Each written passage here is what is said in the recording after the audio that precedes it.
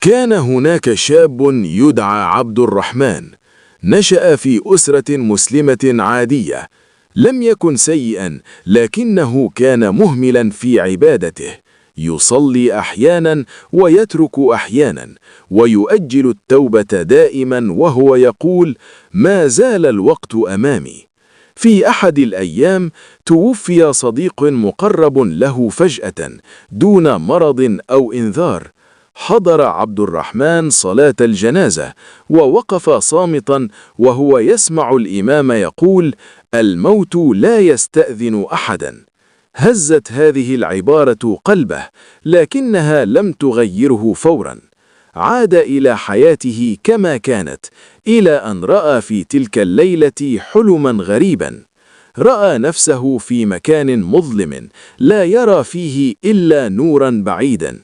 كان يسمع مناديا يقول: ارجع، ما زال الباب مفتوحا. حاول أن يتحرك نحو النور، لكنه شعر بثقل في قدميه، كأن ذنوبه تقيده. استيقظ مفزوعا وقلبه يخفق بقوة. نظر إلى الساعة فوجدها قبيل الفجر. تردد قليلا ثم قام وتوضأ ووقف يصلي لأول مرة منذ مدة طويلة بخشوع حقيقي. بكى في سجوده وطلب من الله أن يغفر له وأن يهديه. منذ ذلك اليوم تغير عبد الرحمن. لم يصبح ملاكا، لكنه أصبح صادقا مع الله.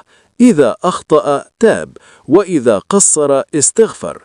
صار يحرص على الصلاة ويبتعد عما يغضب الله ما استطاع.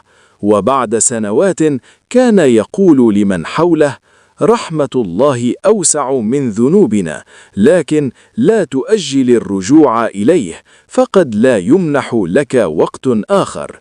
وإلى هنا تنتهي قصتنا، ونلتقي بإذن الله في قصة قادمة.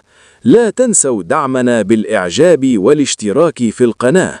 دمتم بخير، والسلام عليكم ورحمة الله وبركاته.